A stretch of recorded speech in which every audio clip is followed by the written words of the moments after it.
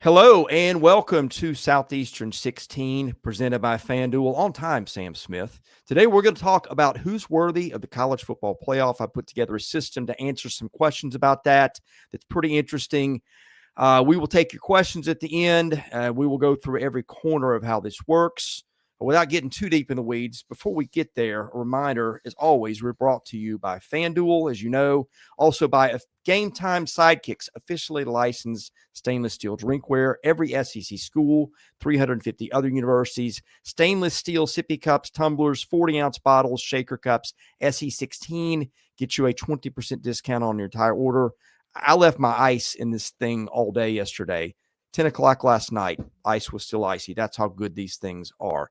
All right, also brought to you by the HOF app. Smart bettors rely on data. HOF hands you powerful analytics at your fingertips to tilt the odds in your favor, improve your chances of winning using historical data, matchup grades, trends, and player performance insights. HOF was created by Ivy League sports geeks to let everyday fans bet smarter. For a limited time only, our listeners can not only get a 7-day free trial, but they also get 50% of their first month when they use, or 50% off when they use code SE16 at checkout. Download the HOF app on iOS or Android, enter code SE16, and you're all set. All right, we're going to go into the playoff system that I've kind of come up with to rank candidates for the playoffs.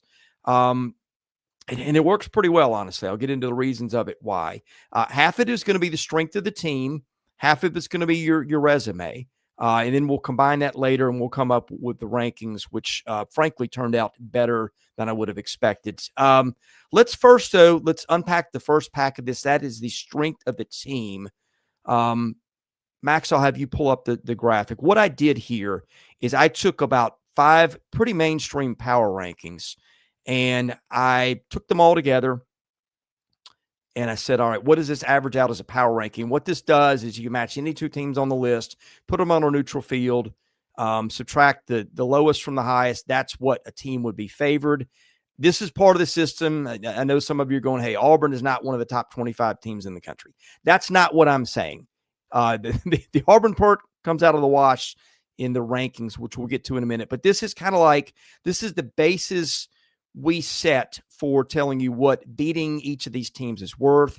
That gets adjusted for home field, neutral field, away. But anyway, that is our top 25 this week. Again, it's composed of 5 mainstream power rankings, SP+, ESPN, FPI, some other ones like that. Not going to get in the weeds there, but you can see what the top 25 teams look like just in terms of team strength and how they would match them up if they played each other on a neutral field.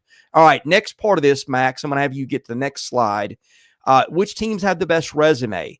I have scored the resumes of a lot of these teams, and is based on this. You get positive points for every team you beat, and you get negative points for every team you lose to. So a win starts off as a positive 1, and then it goes up from there depending on who you play and where you play them. For example, you beat Ohio State. That's like a 68-point win. We kind of recenter those for the power rankings finally because you're not playing a team that strong every week. But anyway, what you do is you get points for every game you win, and you get minus points for every game you lose. So if you lose a game at Ohio State like Texas did, it's like a -1. If you lose a game to Tulsa at home like Ohio State did, it's like a -50. So we add all those up, and that is the resume part.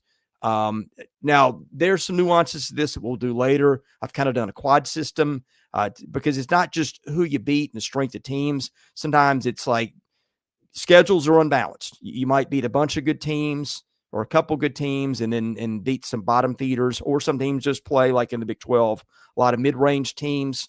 We'll sort all that stuff out another time, but this is just the number that it spits out to rank the resumes. You may have some issues with that. I don't think it's perfect, but I think when you combine the two, it does a really good job.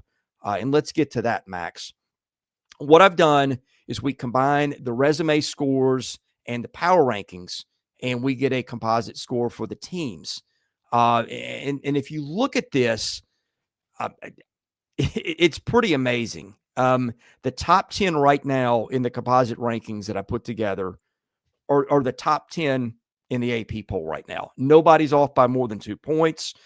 I thought when I put this together, I didn't know what it would spit out. I don't know how good of a job it would do judging teams, but I thought when it came back and it gave me a ranking, with the top 10 teams, with the top 10 in the AP poll, I thought, hey, maybe we're on to something here. So we're going to use this going forward every week.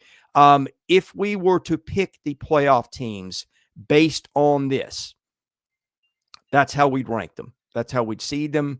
And this is going to change every week as games are played, as power rankings change, that kind of thing. But when you combine the strength of the team and the resume and put them together, it does a really good job of ranking the teams. Again, AP top 10, all represented in our top 10. The surprises, BYU is unbeaten. Has not beaten great teams, but it's taking care of business against some middle-of-the-road teams. Notre Dame is here. That is primarily on strength of power ranking. But Notre Dame also, its losses, let's remember, got beaten by Miami on the road and to Texas A&M at home. Neither of those are games that are going to cost you a lot of negative points because you got beat by good teams. Georgia Tech's up there by virtue of being unbeaten. You got some other SEC teams in there. You got Oklahoma in there, Tennessee, Vanderbilt. Texas climbed back into the top 25 this week in the AP, also cracked Dyers. Missouri, good team, needs to get some good wins. But anyway, you've got a heavy Big Ten and SEC presence in here. And looky here, we got the bottom 3 teams are from the Big Ten, Nebraska, Illinois, Michigan. So I think everybody right now in this argument of the top 25 is still probably got a shot to make the playoffs. Some of them don't have a lot of margin for error. Remember, Memphis right now is your leading qualifier as a group of 5 team because it's unbeaten. That'll get sorted out in the conference championship games. But I think it really, when I put this together and I combined the two, I was amazed at how good a job it did in terms of seeding a potential playoff field that, looks a whole lot like the AP rankings. So anyway, so far it's worked pretty well. Max, let's see, what are we going to get to next? Let's pull up the bracket if you've got that, what that would look like. Here are your seeds. I guess the only surprise right now, BYU getting into the playoff. That is going to sort itself out. But BYU is unbeaten and playing pretty decent teams every week. Now, it's not playing the heavyweights like the SEC does. I don't know that I'd put BYU in the playoff field right now. But they keep winning. They're going to be there. Again, your top 10 or the AP's top 10. Memphis is your automatic qualifier. I don't know that I'm going to take Memphis if you're just making me pick games. Right now, I kind of like South Florida is that best group of 5 team. But they'll get a chance to duke it out later in the season. But right now, if you took this system, you seeded the teams according to what I had, this is where it's going to go. Look, no Texas A&M at 2, by the way.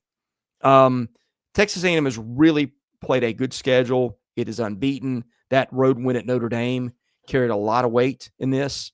And so A&M, by what I've got, would be the 2 seed in the playoff right now. And frankly, I think that's appropriate. I don't know that I have much of an issue with what this spit out. I would probably pick all the teams that this generated. I might say,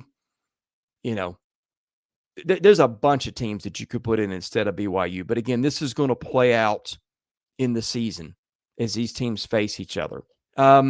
Next thing I want to get to is who do I think is going to be a near lock for the playoff?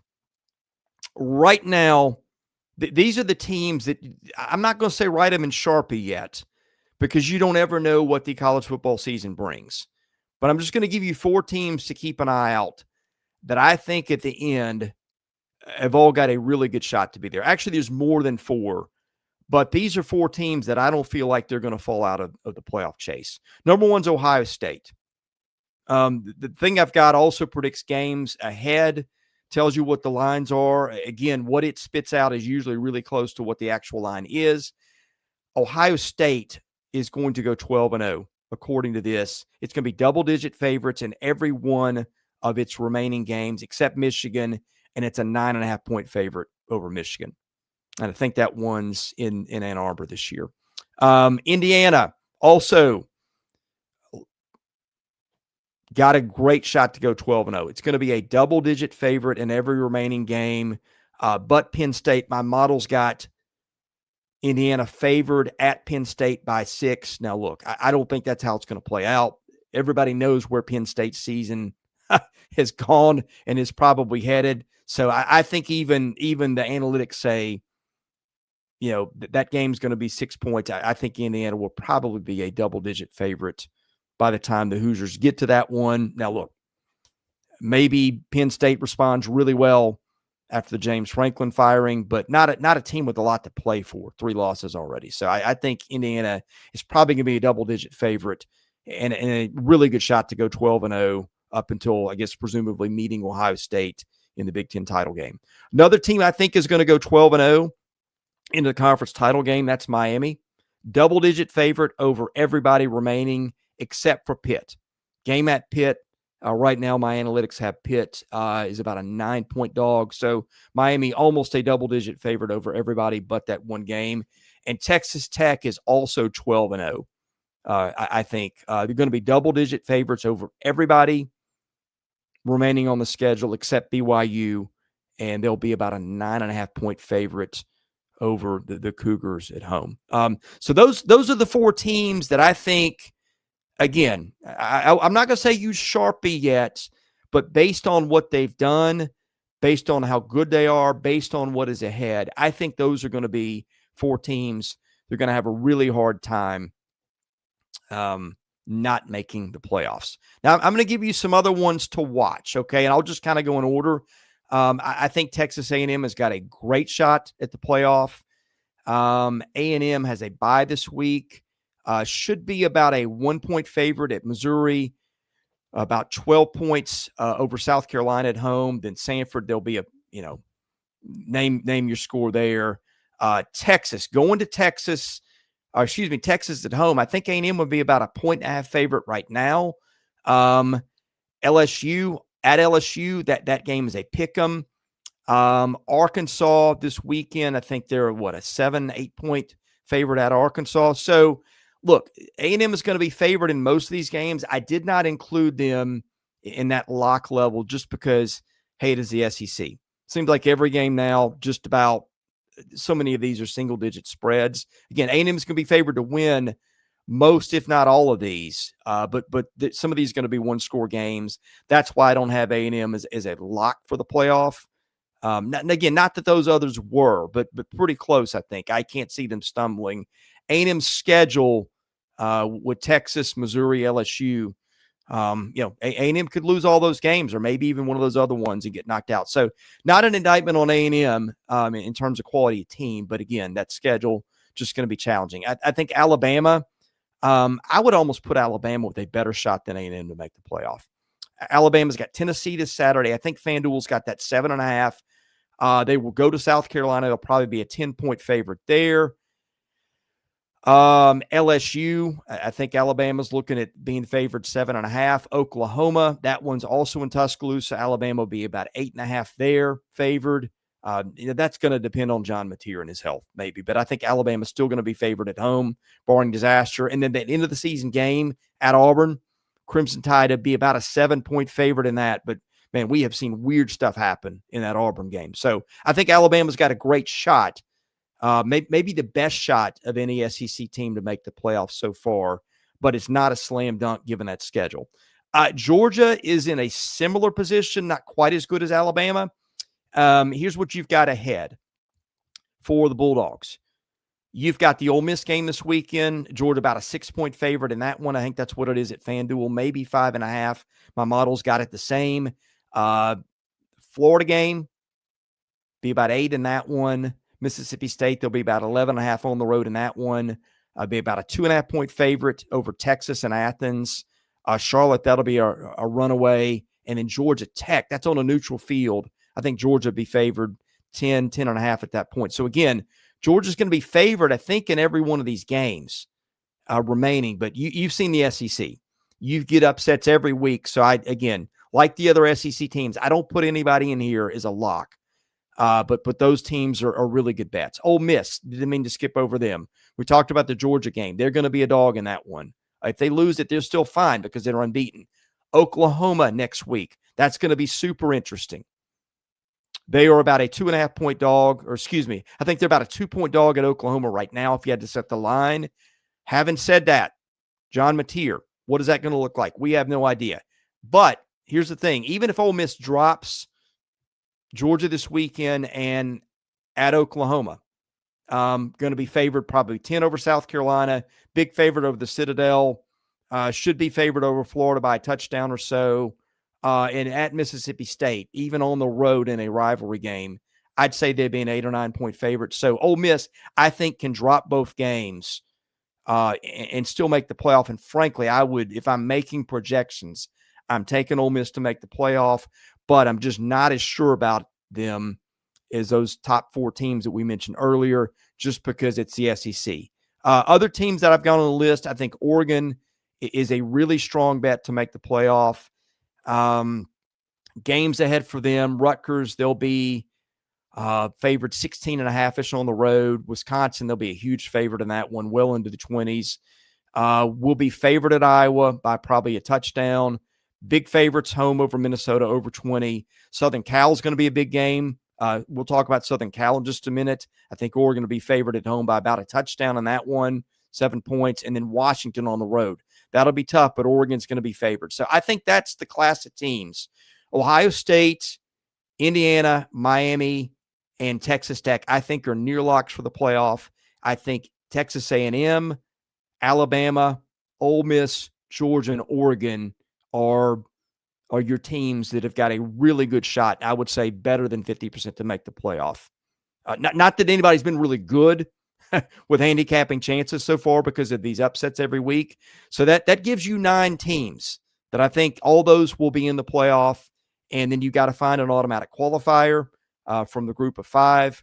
In that case, I think you're looking at Memphis, which, again, right now analytically has the edge. But I think South Florida, I've seen them play a little bit. I think they're really good. I think South Florida is going to be the team that jumps up and gets that one. Other teams probably in the discussion, you're looking at Tulane, UNLV, maybe Navy, which is unbeaten, and the tough part of the schedule is ahead. I don't know if the Navy's good enough. Those are probably your prime contenders, maybe missing somebody. But right now, Memphis analytically is the team that's got the best shot. I think watching on field, I think South Florida might be your team. And those 2 teams do play in the regular season. That one is at Memphis, and Memphis would be about a 4-point favorite by the analytics. But again, I'm not quite sure I buy that. All right, we've got next. And by the way, I'll take questions at the end of this. So if you want to put them in, I'll get to them a little bit later. Eric says no way the SEC gets all those teams in. Hey, four teams, Eric. I don't think that's a stretch. But we'll see. I think all those teams have got good resumes already and a lot of winnable games ahead. But look, it never plays out like we think. I skipped a team. And boy, people are going to love this. I would probably make this team its own tier. I think Notre Dame right now has got a pretty decent shot to get in the playoff. I know it's got 2 losses, but you look at the remaining schedule. Notre Dame is going to be that USC game this Saturday is a big one. They win that. I think they're kind of, I don't know if I'd say the driver's seat, but close. I think that might be an elimination game for Notre Dame USC. So keep a big eye on that this weekend. I think Notre Dame is about a 7-point favorite on that. Max, if you want to check FanDuel and throw that in the chat, you're welcome to. But the analytics I've got have it there. They'll be mid-20 something over Boston College. They'll be about the same over Navy. Pitt could be a challenge. Pitt's playing really well right now. I still think they'll be 11, 12-point favorites there, even on the road. They'll be 20-point favorites over Syracuse, and they'll probably be close to 30 at Stanford. So if Notre Dame runs the table, which, like, if they don't beat USC this Saturday, forget any of this, right? But if Notre Dame does, and especially if it does it impressively, that might be your 10th team that I think has got a really good shot to make the playoff. The Pitt game could get tricky. Some teams have found out about Pitt so far, but keep an eye out for that one there. Other teams that I think have got decent shots, Georgia Tech, which is unbeaten so far. Again, pretty favorable schedule. Duke this weekend is going to be tough. Might be the first one they lose. If Georgia Tech gets that one on the road, that's going to be a big win for them because they're going to be favored 12-ish over Syracuse, 4-ish over NC State, probably 14 over BC, about 3.5 against Pitt, and then Georgia at the end of the season. Lose to Duke and lose to Georgia, and I think Tech's probably out. But if Tech beat Duke and its only loss was to Georgia on a neutral field at 11-1, might be tough to keep them out. I guess that would get them in the ACC title game. Maybe a loss to Miami gives them a second loss, and that's a disqualifier. I don't know. But Tech's schedule sets up really well. Now, I'm not sure Tech would be one of the best 11, 12 teams in the country. But if you only lost one game, that's going to be a pretty strong resume point. Southern Cal, we talked about. I think really needs to beat Notre Dame this weekend. The games ahead for them. Now, there are some good win opportunities here. Nebraska, I think they'll be about a 2.5-point favorite. They're on the road. Northwestern should be a game to win easily, although maybe not. Iowa, very winnable at home, probably 8 points or so. At Oregon's going to be tough. And then UCLA to end the season, who knows? So I think if USC gets either Oregon on the road or Notre Dame, and that one also on the road, a 10-2 Southern Cal probably gets in. But I've got some questions about their ability to win both those, and I don't think a 9-3 Southern Cal gets in. Other teams from the Big 12, keep an eye out for Utah. That Utah-BYU game this weekend, I think the loser probably not getting in. The winner's chances go up a good bit. Those are two teams in the Big 12 I'm watching. From the SEC, Oklahoma's still right there. If it takes care of business, my problem with Oklahoma, everybody knows that schedule. And now with John Mateer playing with a hurt hand, just didn't look good last weekend. But Sooners, you take care of what's in front of you. Certainly if you go, 5-1 against the rest of the schedule, that's going to be 10-2. 10-2 Oklahoma gets in. 9-3 Oklahoma might even get in. But the question is 9-3 attainable with the way John Mateer played last week? I don't know. I've got some questions about that. But Oklahoma controls its own destiny. Same thing with Tennessee. If Tennessee loses to Alabama, the remaining schedule, it's going to be favored. Now, some of these narrow. Vanderbilt, 4 points. I think they'll be favored by there about that much in Knoxville. Probably favored 1.5 in Gainesville. We always know how that series goes. Oklahoma, I think they'll be about a 2.5-point favorite at home. Kentucky, they'll be a double-digit favorite on the road, I think.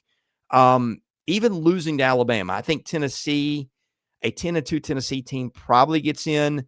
9-3, I don't think there's enough good wins on there for the Vols if they do, but squarely in contention. From the SEC, Vanderbilt, again, take care of your business. Vandy goes 10-2, Vandy's getting in. Problem with going 10-2, LSU at home this weekend, Missouri at home next weekend, at Texas, Auburn at home, Kentucky at home, and at Tennessee. 9-3 Vanderbilt would I think maybe get some consideration. I think they'd be out. So I think Vanderbilt's probably going to have to go 5-1 the rest of the way. Texas would be interesting. I don't know that Texas can avoid, can get a playoff at 9-3. Games ahead for them, you're looking Kentucky, Mississippi State, Vandy, that one's at home, at Georgia, Arkansas, and then A&M. I think a 10-2 Texas gets in because that gets you a win over A&M, that has a win over Georgia, a win over Vandy. 9-3, I think it gets really dicey because Texas just did not do anything out of conference. And frankly, the league schedule, where you've got a lot of the bottom half, bottom third teams, doesn't allow it. Texas may need to run the table, but if Texas runs the table, Texas is getting in. Missouri's got a weird schedule. Everybody kind of bags on Missouri's schedule, but it's kind of one of those hot and cold schedules. Like they played a lot of weak teams like UMass, and that drags down their strength of schedule. But the games ahead, Auburn on the road, I think they'll win. May not be easy. Vandy on the road, Texas A&M at home, Mississippi State on the road, at Oklahoma, at Arkansas. A lot of single-digit spreads in there for Missouri, and I think like Texas, the out-of-conference resume, 9-3, they're not getting in. 10-2 Missouri, on the other hand, got a shot because some opportunities for wins ahead. Other teams I would take a look at, Nebraska, fairly favorable schedule ahead, and 5-1 so far. Southern Cal is going to be a team they need to beat to do it. 10-2 Nebraska gets some consideration. Michigan, if it goes unbeaten the rest of the way, I think gets some consideration. I think Michigan has lost, what is it, just one? Yeah, okay, so a two-loss Michigan. Michigan's probably got, no, okay, they lost to Southern Cal. Michigan's probably got to run the table, but Washington would be a good win. There's some others there. Washington's a team. I don't know that I went over those guys, but another team, kind of like the other ones we talked about. Go 10-2, you get in. Cincinnati's unbeaten. Hasn't played much of a schedule. No, they've lost one, I'm sorry. Go 11-1, you're in the mix. Virginia, 2-loss Virginia. Run the table, you're in the mix. Other than that, you kind of have to squint for any of these other teams. Maybe Louisville, but I think they've taken 2 losses. So probably we have to go to beat. But here's the thing. To sum it up, I think you've got 4 teams again in Ohio State, Indiana, Miami, Texas Tech that are close to locks. I think you got a tier of SEC teams, Texas A&M, Alabama, Ole Miss, Georgia, better than average shots to get there. Oregon, better than average shot to get there. Notre Dame, kind of in its own category. Notre Dame runs the table. I think Notre Dame probably gets in. And then you've got probably, I don't know, man, another 15 or 20 teams that have got a shot with a very heavy lean towards the SEC and the Big Ten, with some Big 12 mixed in there, but not a whole lot, and some ACC too. So anyway, that's how I see it. Is it going to pan out that way? No, it never does. But I think it's super interesting. I think the logjam, I think what you're going to have is you're probably having about 10 teams that make a pretty good case that most people are going to have in, maybe 9, and then it's going to be, man, it might be a dozen teams with arguments for that last 2 spots, which I think would be great for the game. I'm going to take your questions in a minute, so get them in on the chat. Before we do that, reminder, Yearly Company is a Nashville-based fine jewelry brand built on tradition, designed for meaning. Each piece is handcrafted from solid 14-karat gold, natural gemstones, made to measure for a perfect fit, backed by a lifetime guarantee. Every Yearly Company bangle is custom sized. Knowing your size is the most important first step before ordering. That is where the sizing kit comes in. It's a perfect place to start, especially for husbands who want to have sizes ready now, so shopping closer to the holidays is effortless. Code SE16KIT, SE16KIT takes 100% off your sizing kit at checkout. Hey, get ahead of the holiday rush. Make your wife, your girlfriend, your mom happy. Help out the show. Yearly Company is where you need to go for your Christmas gifts. ROKFORM also sponsors our show. And man, I love my ROKFORM case because I've dropped my phone so many times. And look, it never gives me an issue. Bring it up. Works like it just did before because I've got ROKFORM protection. It is the world's strongest magnetic phone case. Extreme protection, super strong magnets, ROKLOK secure mounting. September is the busiest month of the year for the new iPhone release. SEC25 gets you 25% off your entire order at ROKFORM.com. I highly recommend the vent clip for your phone, for your car. It is inexpensive, and it is just it's a great item to have if you're trying to look at your phone a little bit in your car for navigation or whatever. HOVI Dry Goods, your new favorite hat. It's my new favorite Titans hat. I've got 2 of these things. The other one is white. Look no further than HOVI Dry Goods for high-quality headwear with a great fit and unique designs. Bad Beat, BADBEAT, gets you 15% off your entire order at HOVIDrygoods.com. All right. Questions. Max, thank you. Notre Dame is 9.5 over Southern Cal on FanDuel. Okay, it's a little higher than I thought, but watch that one this weekend. I think loser that is not making the playoff. Winner's got, I think, a pretty good shot to be in. Eric wants to know, how good do you think Indiana is this year? When they make the playoff, do they get crushed again? Eric, I need to dig in a little bit on that, but going to Oregon and winning over what was debatably the best team in the country right now, that was pretty strong. You've got maybe a 1-1 in the draft in Mendoza at quarterback. Always a great start. The analytics think Indiana's going to run the table to the Big Ten title game. So they say they're pretty good. I might need to watch them a little bit more. You guys know I spend my Saturdays watching the SEC. There's only so much time in the day, but you can be guaranteed I'll be watching the Hoosiers a little more going forward. How you doing, 70 says we need Jay in here. Jay's on vacation this week. So I promise you we'll do one of these with him. Throw another one up for me here, Max. Bronny 22. If A&M beats Arkansas and LSU, what are the chances of making the playoffs after that? Let's go back to their schedule. 6-0 so far. Arkansas would be 7-0. I think that's a little bit of a tricky game. I took A&M to win. LSU,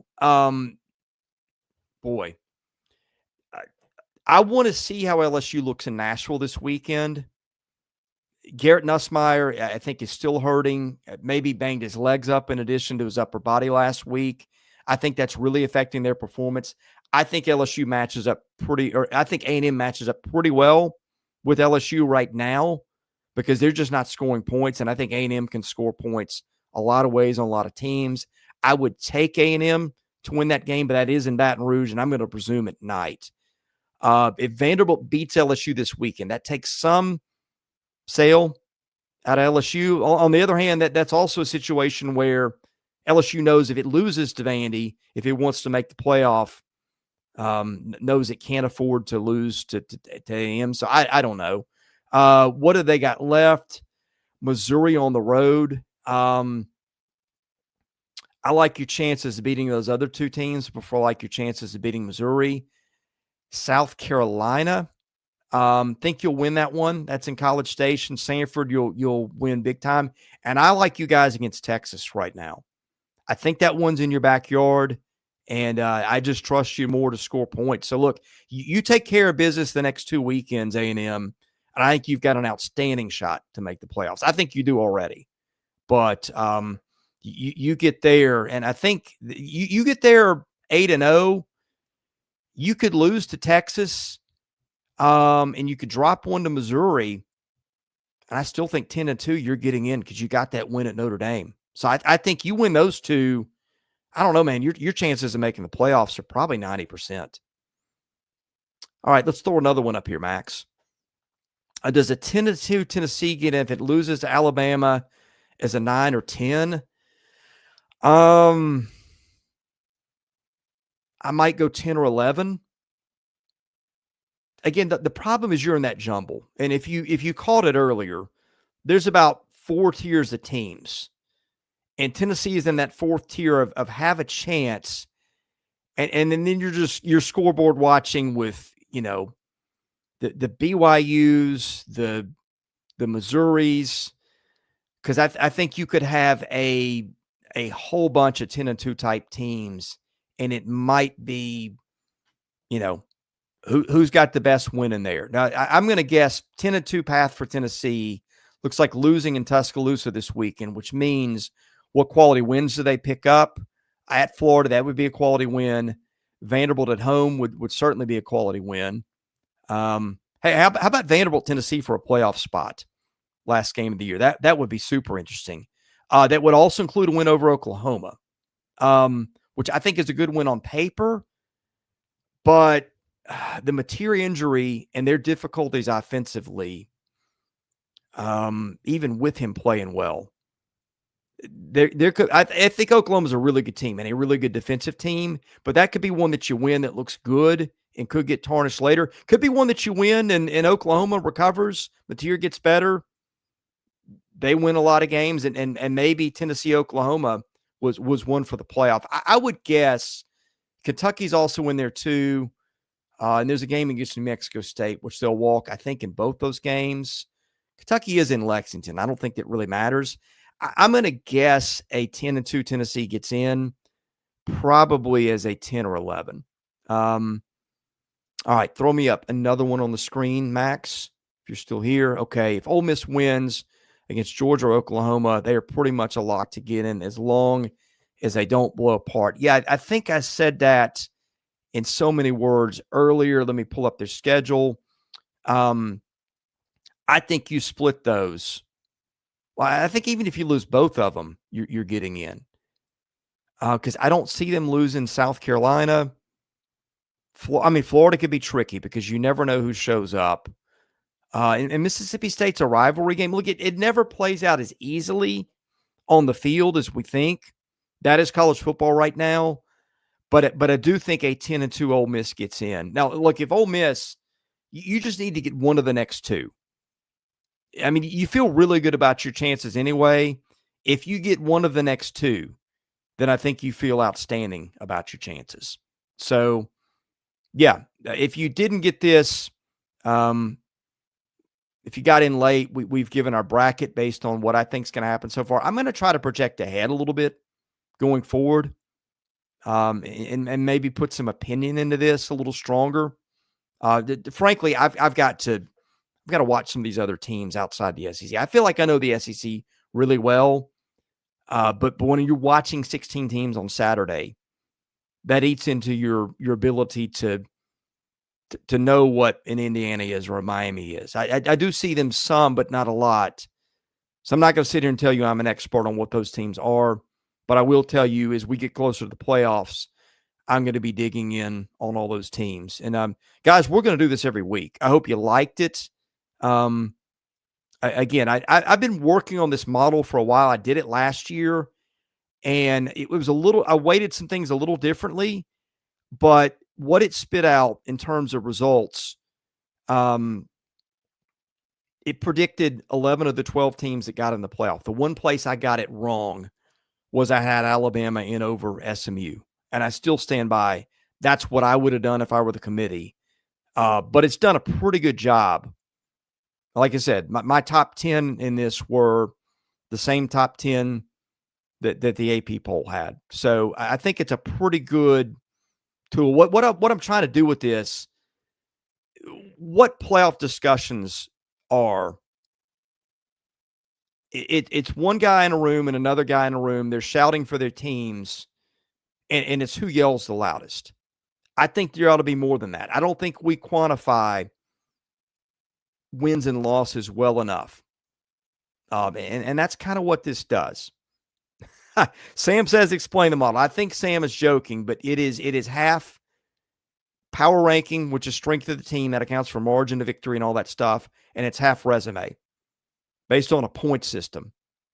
You get a point for a win and a -1 for a loss, and then more points based on how good the team is or isn't, and where did you play the game, home, neutral, or road. So, yeah, what I wanted to do was really quantify stuff and make sure, are we missing something? And if you're going to say, hey, I think SMU should be in over Alabama, well, why? Quantify it for me. I think the committee made a big mistake last year, and maybe it was just, SMU won the conference title game, and you don't want to create disincentive for teams in that. So maybe SMU got a pass just based on being on that. But all the stuff last year on Alabama was, well, they lost to Vandy and Oklahoma. They didn't deserve to be in. Well, let's talk about the teams Alabama beat, the Georgias and those kind of teams. I think you put it on a scale, you weigh it all out, and that's what I've tried to do here. Taking any bias out of it, just run the numbers, see what they say. Now, I think opinion's important. Guys are going to get injured, those kind of things. I'm not saying there's no place at the table, but I'm saying for a starting point, I think it's a pretty good system. Sam, you're welcome for having me put you to sleep. Melatonin, Chris Lee, take your pick. Either one might do the job. Bronny22, is the SEC kind of getting crapped on nationally, saying we have no elite teams, but a lot of depth? I'm very curious how the playoff committee places SEC teams. Ohio State beat a struggling Texas. Yeah, but Texas's defense is still pretty good. I think the SEC made its point in the offseason. I think if Greg Sankey didn't feel pretty good about it, they wouldn't have gone to the 9-game schedule. Strength of schedule's been a big talking point lately. I think that's the SEC doing some work, and look, it should. Are they right about the SEC? Look, I think that's the country. I don't know that there's an elite team in the SEC. I really don't. But I don't know that there's an elite team in the country.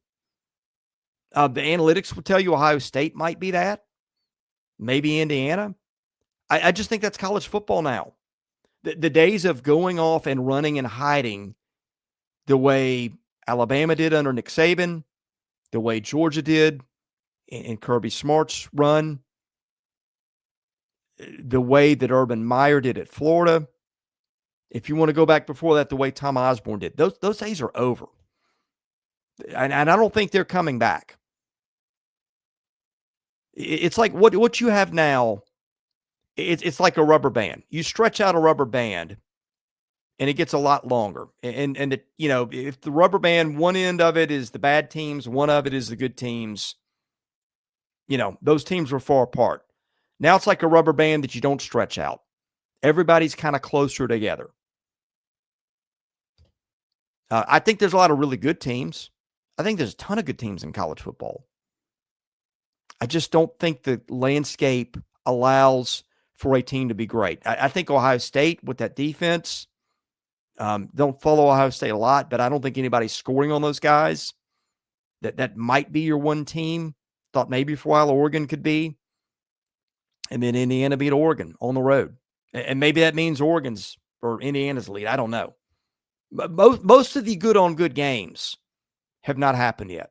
Well, I shouldn't say most, but a whole lot. Like schedules are front-loaded with the UTEPs and the UT Martins and all the trash games, other than that next to last week before rivalry week. So I think you've got a lot of the good games coming up.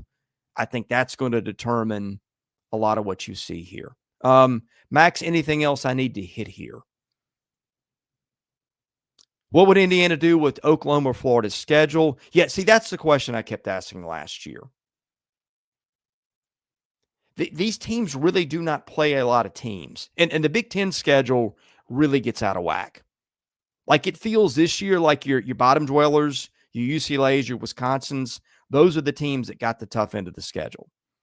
Some of these Big Ten teams, I've been saying this for years, they only play 1 or 2 games against teams that are going to have a chance to beat them. Now, that's gotten a little bit better. The middle of the Big Ten's gotten better, and even the bottom has a little bit. But I don't think it's the SEC yet. And I don't think the committee last year really valued that week in, week out grind. I think it was how many games did you lose, and that was the determining factor. So that's where I am with it. Thoughts on conference realignment? Man,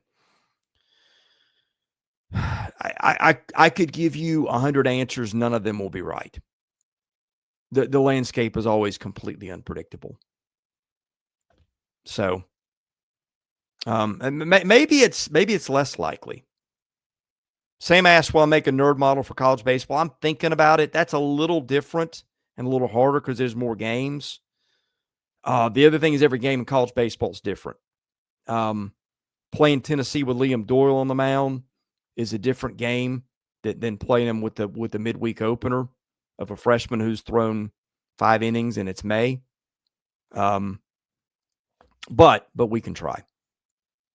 So I have been thinking about that. Anything else I need to get to here, Max? All right, I'll take that as a no. How you doing? 70 says that's my problem. We play Notre Dame. They're going to play top 325 games again this season and lose to them. Yeah, I think the schedules will get a little bit more balanced going forward. You saw that this year, but yeah. Hopefully the SEC laid the groundwork for getting some 9-3 teams in. because I think a lot of 9-3 SECs are more impressive than the 10-2s or the 11-1s you get in other leagues, depending on the schedule. Now, if you caught the tough end of a Big Ten schedule and played somebody out of the league that wasn't a pushover, then that's probably the exception. But the SEC still, I think, rules the roost when it comes to tough schedules because of the competitive landscape of the league and because you're seeing some teams play some good teams out of conference, like Texas A&M did at Notre Dame, like Ohio State, or like Texas did at Ohio State. So, yeah. All right. I think we're going to end this for today as my voice is starting to go anyway. We'll do this every week. I'll probably have Jay Greason or somebody with me as a co-host. I think sometimes the underlying stuff's more interested than whatever it spits out. But again, I think this did a pretty good job. Frankly, when I put this together, I thought, okay, it'll point some stuff out, but there'll be some weird stuff in there. But it actually, I think, made for a pretty good way to pick a playoff. We'll see how it holds up going forward. But anyway, thank you guys for watching. If you liked it, leave us a thumbs up in the chat and subscribe to the channel if you haven't. Anyway, thank you guys for watching. God bless you. Have a great weekend. You've been watching Southeastern 16 presented by FanDuel.